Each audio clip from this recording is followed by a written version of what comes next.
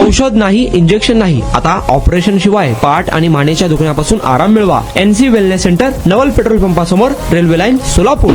सोलापूर जिल्ह्यातील मोहोळ तालुक्यात धक्कादायक घटना घडली आहे. मोहोळमधील कोरवलीत शेतकऱ्याच्या विहिरीत चक्क मगर आढळल्याची घटना समोर आली आहे. कोरवली गावातील संभाजी जमदाडे यांच्या शेतातील विहिरीत बुधवारी सायंकाळी मोठी मगर आढळून आल्याने परिसरात खळबळ उडाली आहे. विद्युत पंप बंद करण्यासाठी गेलेल्या संभाजी जमदाडे यांना विहिरीच्या कड्यावर मगर दिसली. त्यानंतर त्यांनी तातडीने ग्रामस्थ आणि वन विभागाला माहिती दिली आहे. वन विभागाच्या हेल्पलाईनसह संबंधित अधिकाऱ्यांशी संपर्क साधण्यात आला. मात्र बुधवारी रात्री उशिरापर्यंत बचाव पथक घटनास्थळी न पोहोचल्याने ग्रामस्थांनी नाराजी व्यक्त केली. गुरुवारी सकाळी मगरीला सुरक्षितपणे विहिरी बाहेर काढण्यासाठी वन विभागाकडून बचाव मोहीम राबवण्यात येणार असल्याची माहिती देखील देण्यात आली आहे. मागील वर्षी सीना नदीला आलेल्या महापुरातून पाणी कालव्यात शिरल्याने ही मगर त्यात प्रवाहातून कोरवली परिसरात आली असावी असा अंदाज व्यक्त केला जात आहे. 2 महिन्यांपूर्वी कालवा परिसरात मगर दिसल्याचा दावा ग्रामस्थांनी केला होता. मात्र त्यावेळी ती घोरपड असल्याचा समज झाल्याने दुर्लक्ष झाले होते. आणि आता अवस्था अशी व्हायला लागली होती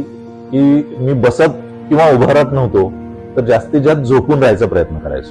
सलगपणे आपण एखादं काम करायला लागलो की बॅकमध्ये पेन येतोय.